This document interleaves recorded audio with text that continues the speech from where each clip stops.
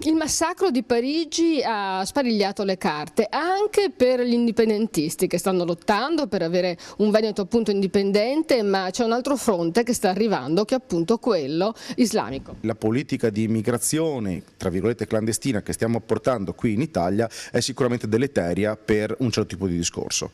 La giustizia giusta, cioè il rispetto delle regole.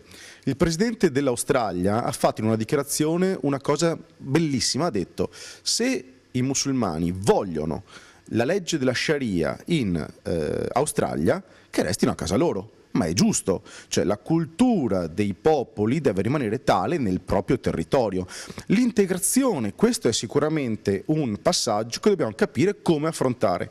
Tant'è che anche la Francia, che era portata ad esempio come modello di integrazione, alla fine vede l'integrazione nelle sue bolle, cioè nei suoi quartieri periferici dove in realtà integrazione non c'è.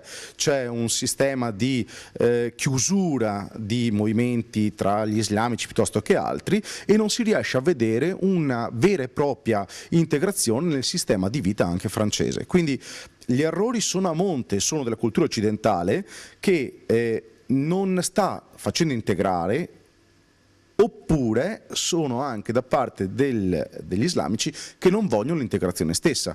Questo è il giusto equilibrio che bisognerebbe trovare, di capire anche la soluzione. Ricordo e faccio un passo indietro nella storia: la Repubblica Serenissima era atea. Convivevano tutte le religioni, cioè praticamente a Venezia c'erano tutti gli stili di vita e tutti riuscivano a coabitare.